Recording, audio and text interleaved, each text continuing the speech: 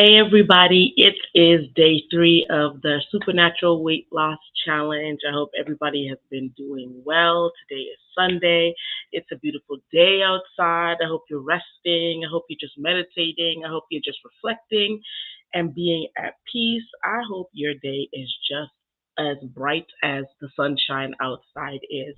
I hope you got your physical activity in. Remember, that's running, that's swimming, that's walking, that's dancing, that's cardio. Look, we're gonna have some amazing exercise people on here. One of them being my sister, Chanel Dawn. She's an amazing dancer. She's an amazing instructor. She does a cardio soca workout that moves your waistline and all that. So if you need some examples of what to do, we are gonna offer you some examples. Don't you worry, we got you covered. Hopefully you're out just moving your limbs, moving your body, getting your blood circulating, having your heart pumping, and all of that. Okay, so it's day 3, and it just so happens to fall on a Sunday. 3 is an amazing number. It is a number of completion. It is just a number of establishment. It's just a number of certain things, right? So on this day of the challenge, we're going to talk about my favorite word. I don't know if you can guess what it is, but it's Selah. Or some people say Selah or Selah. I say Selah. It sounds good to me when I say it like that, so that's how I say it. Today we're going to talk about Selah. Look, Selah has been incorporated into every part of my life. In the book of Psalms, you see it everywhere. It is said to be a musical phrase that means to pause or to rest. Now, if we adopt that into our lives, that means that we need to pause or rest, that we need to reflect, that we need to sit, that we need to be at peace. We need to be stopping all motion so that our bodies, our minds, and our spirits can rest. In a song, when there's a huge arrangement and all the instruments are going, and maybe there's singers singing, and then to hear that rest, that allows you to appreciate what you just heard, take it in, marinate on it, reflect on it, and then proceed to the next portion of the song. It's the same way in our life, where we're taking a moment to rest, to pause, to reflect, to just mull over the things that we've experienced, gone through, what happened in our week, so that we can have enough strength to go on for the journey. So in the physical body, rest looks like just what it says, rest. No movement, stopping going. Sometimes we just push ourselves past our normal capacity to keep going, right? And when we do that, our body says, it stops us, it halts us, it says, I will go no further. We see this when we are sometimes ill, when we're sick, when we have to go to the hospital because we fainted, we've been dehydrated, when we don't have enough nutrients in our body to keep going. This is our body's way of telling us to rest. But here's the thing. We don't have to wait for us to fall out, for us to need medical attention, for an ambulance to be called, for us to rest our bodies. If you work out in the gym every day so intensely, no breaks, no rest, no water breaks, no stopping, your body will shut down from exhaustion. We are mere humans, made with skin, with bones. We're not made like a machine. We're not AI. We are human. Our bodies require rest and replenishment. What does that look like in our minds?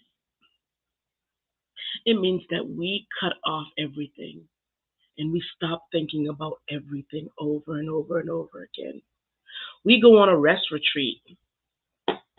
We go on a space, or we go into a space where we're just able to sit and chill, not do anything, not have to think about what our family's going through, money issues, or anything of that nature. We are just able to be at peace, Selah, reflective on what we want to reflect on, thinking about the things that we choose to think about, not having our thoughts overtake us, right? Sometimes it's like, oh, I can't even control my thoughts. They're just going and going and moving and moving and shifting and shifting. And I don't even have the chance to say stop. When we rest, We take control back over our thoughts and we say, "Whew, wait a minute. Let's chill. Let's relax. Let's be at peace." What does that look like in our spirit? It means that we are not taking on too much. When you connect with someone or when you experience someone's trauma or when you go near a group of people and you're feeling what they're feeling, that can be very weighing on the spirit. And we're so emotionally open, right? We're so spiritually open that we just allow everyone to cling on, to jump on, to get on us. And so our spirits become heavy. I'm not talking about that good heaviness or that good burden that comes from God, where you feel weighed down. Like for the past couple of days, I felt weighed down because I know that there's spiritual wickedness kicking up. And so I'm reflective, I'm in prayer, I've been crying, I've been weepy. That's a weighed down that is okay because it's a burden for us to pray. I'm talking about when your spirit feels drained. I mean, when you feel like you just can't go on, you can't move anymore because you have connected yourself to everybody's issues and problems. This is a clear indication that it's a time for a rest, time for us just to sit back and say, I'm not going to take that on anymore. And when we rest in our bodies, when we rest in our minds, when we rest in our spirits, that means that we have enough strength and energy to keep going. We have enough resources and nourishment to continue on. Boundaries allow us to practice Selah. Boundaries will be a whole nother conversation, but I'm just saying, when we say, I'm not able to do that, and not feel any guilt or shame, then we can say, I'm going to rest, I'm going to pause quietly, I'm going to reflect. It's okay to sit in the silence. It's okay to turn that phone down. It's okay to turn off all your electronic devices. Put that DND, that do not disturb on. We do that on our phones. We just need to do that with our lives, with our thoughts. DND. No thoughts, no negative thoughts, no weighing down thoughts are going to be accepted from this time to this time. And I will let you know when I'm going to turn those thoughts back on. Selah is so important. And sometimes we feel like we don't even have the time to rest. It is imperative, especially this month, that we're resetting, we're getting refreshed, we're dropping our weight off in every part of our being, that we sit and we reflect and we quiet down and we analyze and we survey our weight and see what's holding us. Only in times of deep reflection and quietness can we understand the next move and where we need to go. Sometimes we're not even quiet enough. We don't gift ourselves the Selah because rest is a gift. We have to labor to rest. That's what the word says. We have to labor to rest now. We're so used to going and moving, and now we have to labor to rest in Christ. To say, I'm going to relax. I'm going to take my hands off the reins.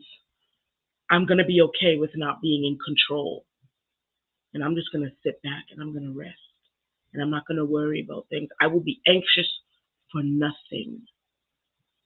I will let the peace of Christ guard my heart and my mind.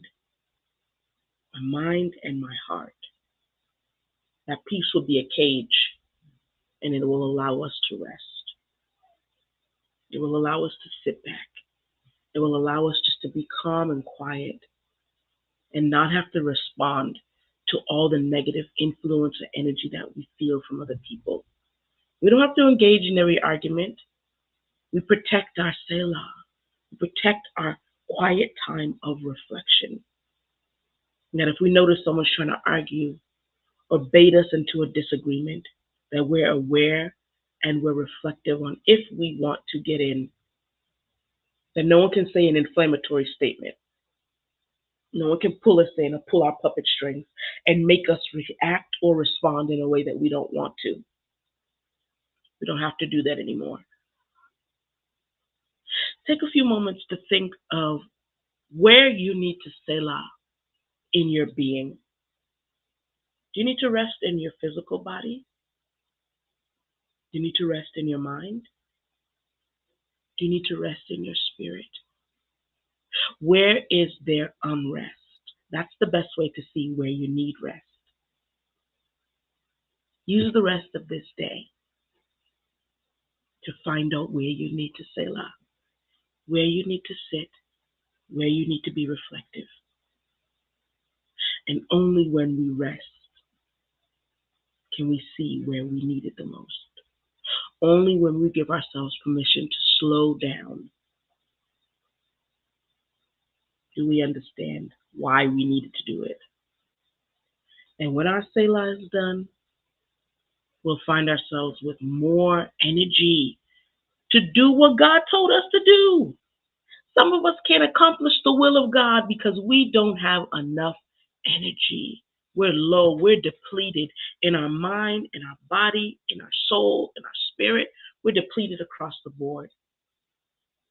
So get your Selah, carve it out, grab it up, make space for it so that you will have enough space to live out your God-given purpose. And you'll find that all your resources and all the connections you need will come only after you rest. Enjoy your Selah. Take your time of rest. Protect it with all diligence. You deserve it. It belongs to you. Selah.